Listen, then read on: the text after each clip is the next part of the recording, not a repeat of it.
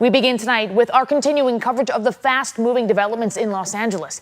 Today, protesters were back out on the streets for the third consecutive day. President Trump deployed some 2,000 National Guard members in response to violence and chaos in the city. Those troops descended on the streets of L.A. Governor Gavin Newsom is blasting the move, calling it, quote, purposefully inflammatory and an alarming abuse of power. Nearly a dozen people were arrested overnight as some protesters tossed objects at officers. Police used tear gas and flashbang grenades to disperse the crowd. Governor Newsom today met with LAPD, LA County deputies, and state emergency leaders as tensions remain high. He says, quote, we're here to keep the peace, not play into Trump's political games. And tonight, the Trump administration says California officials could face federal charges over their response. Here's ABC's Alex Stone with the details.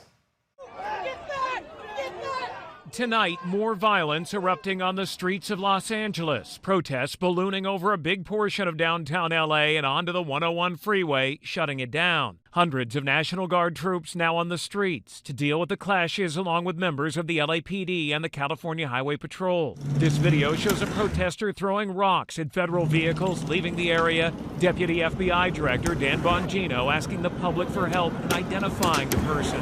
Mayor Karen Bass speaking out. I was hoping to prevent this situation from happening. I was trying to encourage the administration that if they deployed the National Guard in Los Angeles, it would create a sense of chaos. It's the last thing our city needs. A convoy of heavily armed troops establishing staging areas at downtown federal buildings. President Trump calling up 2,000 members of the Guard, looking to end clashes that broke out this weekend between law enforcement and demonstrators.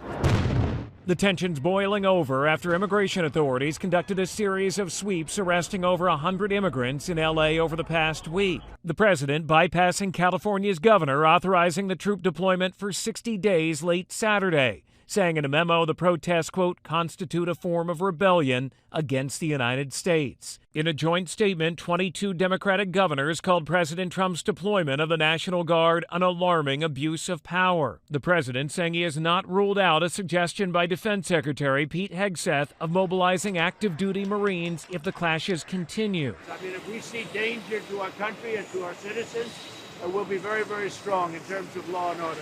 The Defense Department confirming 500 Marines are on standby. The president posting on social media instructing his administration to, quote, take all necessary actions to liberate Los Angeles from the migrant invasion. Alex Stone, ABC News, Los Angeles. And here at home, there is a local response to the protests happening in Los Angeles as immigrant advocates hold their own rallies and demonstrations. Sunday marked day 2 of a 3-day immigrant rights walk led by families and allies opposed to the Trump administration's immigration policies and how they're being enforced. Altogether, some 200 marchers will walk in total about 50 miles in the hot sun from the Vacaville area to the state capitol here in Sacramento. The group is standing in solidarity with the hundreds of protesters who have gathered in downtown Los Angeles since Friday. And they say they're against President Trump's move to send the National Guard in response. I feel like it's unnecessary, but it doesn't surprise me. Our communities have been experiencing suffering at the hands of law enforcement and those who align with them since the Zoot Suit riots. And I think that we're better suited to resist now. And organizations say they are united in their communities and families, and they are not going to stop organizing and supporting each other. Tomorrow, at least 2 other rallies are planned. Walkers will end their demonstration at the Capitol at 4 p.m. tomorrow, and another rally is planned at Cesar Chavez Plaza at 1 in the afternoon.